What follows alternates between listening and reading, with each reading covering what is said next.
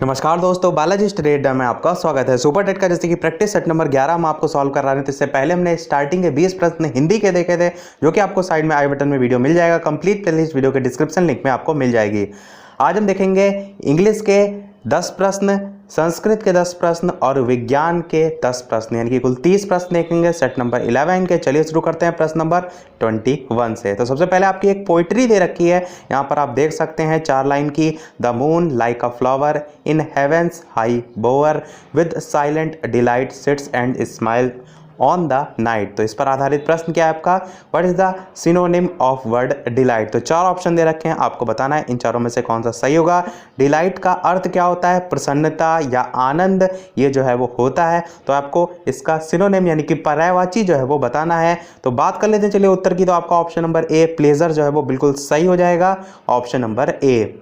बात करते हैं अगले प्रश्न 22 की। Use suitable conjunction to complete the following sentence. Sentence क्या है आपका, dash you work hard you will fail. तो 4 ऑप्शन है, आपको बताना है अनटिल आएगा, अनलेस आएगा, ऑल्दो आएगा या व्हेन आएगा। तो 4 ऑप्शन है, आपको बताना है कौन सा सही होगा। चलिए बात कर लेते हैं उत्तर की। तो आपका अनलेस जो है वो बिल्कुल सही हो जाएगा, unless you work hard you will fail. तो आपका ऑप्शन नंबर बी बिल्कुल जो है वो सही हो जाएगा।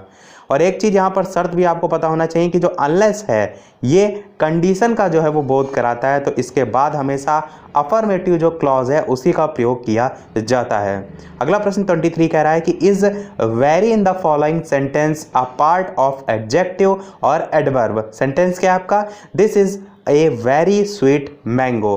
तो यहाँ पर 4 ऑप्शन दे रखे हैं, एडजेक्टिव, एडवर्ब, दोनों या नन ऑफ दिस। तो 4 ऑप्शन है, आपको बताना है कौन सा जो है वो सही होगा। यहाँ पर वेरी को लेकर जो है वो पूछा गया है। चलिए बात कर लेते हैं उत्तर की। तो आपका एडवर्ब जो है वो बिल्कुल सही हो जाएगा। यहाँ पर जो प्रश्न में पूछा गया था, एडवर्ब का अर्थ क्या होता है, क्रिया विशेषण। तो ये क्रिया विशेषण के रूप में जो है वो यूज हुआ है। अगला प्रश्न 24 कह रहा है कि put in the correct pronoun in the reported speech of the following sentence. Sentence क्या है आपका, he says comma inverted comma I am glad to be here this evening। इसके बाद यहाँ पर चेंज किया जाएगा और ये पूछा गया है कि fill in the blanks में जो है यहाँ पर क्या आएगा चेंज करने के बाद। तो 4 ऑप्शन दे रखे हैं, you होगा, they होगा, he होगा या I होगा। आपको बताना है इन चारों में से कौन सा सही होगा। चलिए बात कर लेते हैं उत्तर की। तो आपका ऑप्शन नंबर सी यानी कि ही जो है यहाँ पर सही होगा। he says that he is glad to be there that evening. तो ही जो है इसका यूज जो है वो होगा। और ही यहाँ पर क्या है, ही यहाँ पर प्रोनाउन है, जिसे हम हिंदी में सर्वनाम जो है वो कहते हैं। अगला प्रश्न 25 कह रहा है complete the following sentence with N appropriate article. और आपका जो सेंटेंस दे रखा है ये हम आपसे पूछ रहे हैं, जैसे कि सभी वीडियो में हम आपसे एक ना एक प्रश्न पूछते हैं। इस वीडियो का आपके लिए यही प्रश्न है। ये हम प्रश्न इसलिए पूछ रहे हैं ताकि आप वीडियो के मेन कमेंट में इजी तरीके से बता सकें। बहुत ही छोटे से ऑप्शन भी हैं, एन होगा, ए होगा, दा होगा या नो आर्टिकल। सेंटेंस क्या है, she wants to join dash university. तो कॉन्सोनेंट वॉवल के साउंड के आधार पर आप यहाँ पर लगाते हैं, इससे पहले मैं बता भी चुका हूँ। तो इन चारों में से कौन सा सही होगा वीडियो के मेन कमेंट में अवश्य बताइएगा। चलिए बात करते हैं अगले प्रश्न 26 की, जो कि आपका कॉम्प्रिहेंशन यानी कि पैसेज पर आधारित है। और ये आपका पैसेज दे रखा है, आप चाहें तो वीडियो को पॉज करके पढ़ सकते हैं। डायरेक्ट बात करते हैं प्रश्न की। प्रश्न क्या है, what is the antonym of word showcased. तो 4 ऑप्शन है, आपको बताना है इन चारों में से कौन सा जो है वो सही होगा। पैराग्राफ पर आधारित है इसलिए डायरेक्ट हम उत्तर बता देते हैं। तो option number A with held बिल्कुल सही हो जाएगा। शोकेस्ड का अर्थ क्या होता है, शोकेस्ड का अर्थ होता है प्रदर्शन मंजूसा। और इसका सही विलोम यहाँ पर पूछा गया है, एंटोनिम यानी कि विलोम शब्द होता है। तो विद हेल्ड जो है इसका जस्ट अपोजिट हो जाएगा। अगला 27 प्रश्न कह रहा है right the feminine form of Lord. तो लॉर्ड का फेमिनिन फॉर्म आपको बताना है। फेमिनिन मतलब स्त्रीलिंग रूप जो है वो बताना है। 4 ऑप्शन दे रखे हैं, आपको बताना है कौन सा सही होगा। चलिए बात कर लेते हैं उत्तर की। तो आपका ऑप्शन नंबर सी लेडी जो है वो बिल्कुल सही हो जाएगा, ऑप्शन नंबर सी। अगला प्रश्न 28 कह रहा है कि complete the following sentence. Sentence क्या है, if you do not know the meaning of this word look dash a dictionary. तो आपको यहाँ पर बताना है अप होगा, अपॉन होगा, डाउन होगा या एट होगा। 4 ऑप्शन दे रखे हैं, आपको बताना है इन चारों में से कौन सा सही होगा। चलिए बात कर लेते हैं उत्तर की। तो आपका ऑप्शन नंबर ए अप जो है वो बिल्कुल सही हो जाएगा। यहाँ पर अप का जो है वो यूज होगा। और लुक अप मीन्स का अर्थ क्या होता है, क्योंकि इससे पहले लुक आ रहा है तो लुकअप का मीन्स क्या होता है, अवलोकन करना या कह सकते हैं खोजना। अगला प्रश्न देखते हैं 29। Identify the voice in the following sentence, put down your signature, passive active दोनों या नन ऑफ दिस। 4 ऑप्शन है, आपको बताना है कौन सा सही होगा। चलिए बात कर लेते हैं उत्तर की, तो आपका ऑप्शन नंबर बी एक्टिव बिल्कुल सही हो जाएगा, यानी कि एक्टिव वॉइस जो है यहाँ पर होगा। एक्टिव थोड़ा सा अलग यहाँ पर डिफरेंट गलत लिख गया है, एक्टिव वॉइस में जो है आपका ये सेंटेंस दिया गया है। अगला और लास्ट इंग्लिश का प्रश्न है, क्योंकि कुल 10 प्रश्न ही आते हैं। प्रश्न आपका क्या है कि mention a common suitable suffix to the following words. ये आपके वर्ड दे रखे हैं और यहाँ पर आपको सफिक्स जो है वो बताना है। प्रीफिक्स मैंने आपको बताया था उपसर्ग होते हैं, सफिक्स प्रत्यय होते हैं। तो 4 ऑप्शन दे रखे हैं, आपको बताना है कौन सा सही होगा, कौन सा मीनिंगफुल वर्ड जो है बनेगा इसको लगाने के बाद। तो चलिए बात कर लेते हैं उत्तर की, तो आपका ऑप्शन नंबर ए यानी कि वाई बिल्कुल सही हो जाएगा। यहां पर आप वाई लगाएंगे तो आपका वेल्दी बन जाएगा, इसी प्रकार ग्रीडी बन जाएगा और इसी प्रकार नीडी जो है वो बन जाएगा। चलिए बढ़ते हैं अब अपने संस्कृत के 10 प्रश्नों की तरफ। इसके अलावा वीडियो पसंद आ रहा हो तो वीडियो को लाइक भी अवश्य कर दीजिएगा ताकि मुझे भी मोटिवेशन मिलता रहे। बात करते हैं प्रश्न की, संस्कृत का 1 नंबर प्रश्न कि प्रकृष्टम पद में किस उपसर्ग का जो है वो प्रयोग हुआ है। 4 ऑप्शन दे रखे हैं, आपको बताना है इन चारों में से कौन सा सही होगा। और ये जो आप पेपर का पैटर्न देख पा रहे हैं, ये प्रीवियस ईयर पर सभी प्रश्न आधारित हैं। लगभग 2018-19 में इसी प्रकार के प्रश्न आए थे, तो उसी के आधार पर जो प्रैक्टिस सेट है यहाँ पर बनाए गए हैं। चलिए बात कर लेते हैं उत्तर की, कौन सा सही होगा। सही हो जाएगा आपका ऑप्शन नंबर ए यानी कि प्र उपसर्ग का यूज हुआ है। अगला प्रश्न 32 कह रहा है कि सचित पद में कौन सी संधि है। तो 4 ऑप्शन दे रखे हैं, इसके लिए आपको रूल रेगुलेशन पता होना चाहिए। चलिए बात कर लेते हैं, तो इस च्युत संधि आपका ऑप्शन नंबर बी बिल्कुल सही हो जाएगा। अगला प्रश्न 33 कह रहा है कि इदम शब्द का स्त्रीलिंग में चतुर्थी विभक्ति एक वचन का रूप जो है वो क्या होगा। इसके लिए आपको शब्द रूप, धातु रूप, ये सारी चीजें याद होनी चाहिए। तो 4 ऑप्शन दे रखे हैं, आपको बताना है कौन सा सही होगा। बात कर लेते हैं उत्तर की, तो आपका ऑप्शन नंबर सी अस्य जो है वो बिल्कुल सही हो जाएगा। अगला प्रश्न 34 कह रहा है कि अद्य अव्यय का क्या अर्थ है।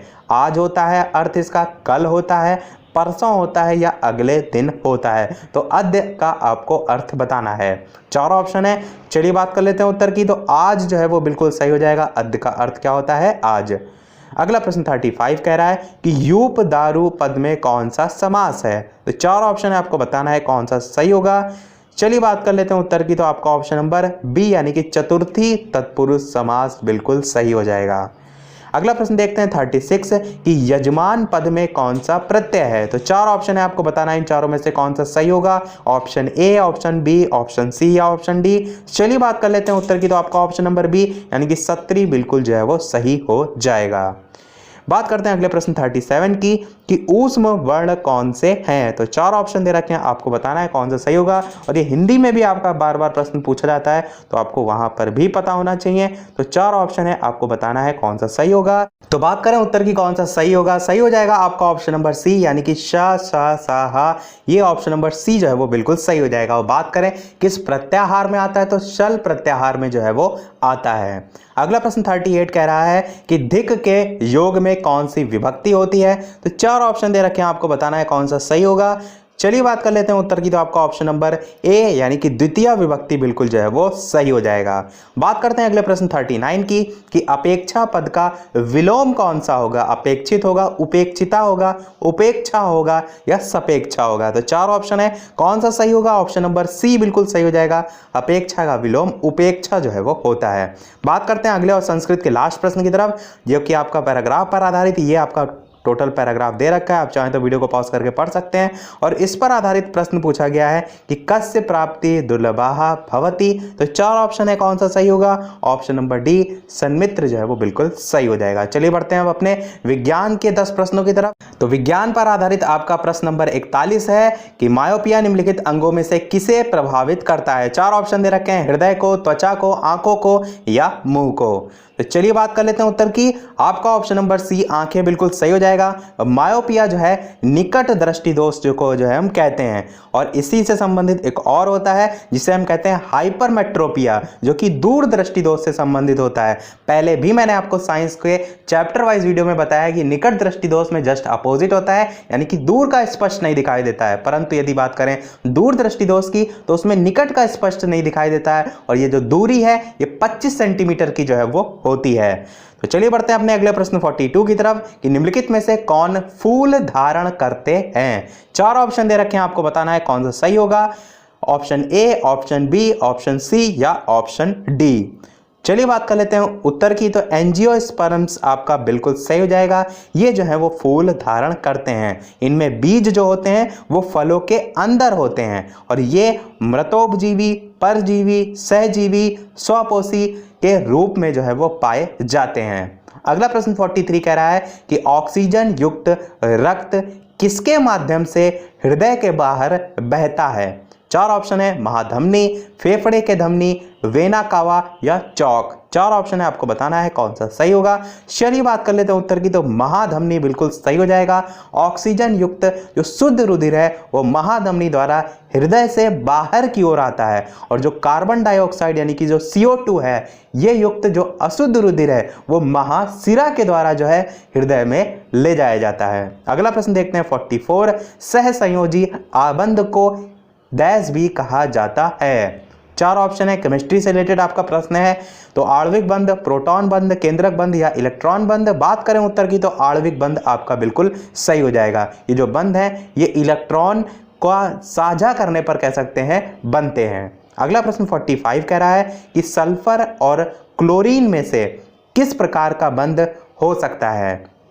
4 ऑप्शन दे रखे हैं, आपको बताना है कौन सा सही होगा। इसके अलावा वीडियो अभी तक आपने लाइक ना किया हो तो वीडियो को लाइक भी अवश्य कर दीजिएगा। इतनी सारी इंफॉर्मेशन हम आपको प्रोवाइड करा रहे हैं तो एक लाइक तो आपका बनता ही है। तो चलिए बात कर लेते हैं उत्तर की। तो ऑप्शन नंबर बी आपका बिल्कुल सही हो जाएगा, यानी कि ध्रुवीय सहसंयोजक। सल्फर और क्लोरीन में ध्रुवीय सहसंयोजक बंध जो है वो पाया जाता है, और सोडियम और क्लोरीन में जो है वो आयनिक बंध जो है वो पाया जाता है। ये भी ध्यान रखिएगा, यहाँ पर सल्फर और क्लोरीन को लेकर जो है वो पूछा गया था। बात करते हैं अगले प्रश्न 46 की कि इलेक्ट्रिक स्टोव का आविष्कार जो है वो किसने किया। तो 4 ऑप्शन दे रखे हैं, आपको बताना है इनमें से कौन सा सही होगा। ऑप्शन ए, बी, सी या डी। चलिए बात कर लेते हैं उत्तर की। तो आपका ऑप्शन नंबर ए, लॉयड ग्रोव कोप मैन बिल्कुल सही हो जाएगा। इलेक्ट्रिक जो स्टोव आता है उसकी खोज जो है इन्होंने की थी। अगला प्रश्न देखते हैं 47 कि विशिष्ट गुरुत्व को मापने के लिए इस्तेमाल किए जाने वाले जो साधन है उनको क्या कहा जाता है। 4 ऑप्शन दे रखे हैं, आपको बताना है इन चारों में से कौन सा सही होगा।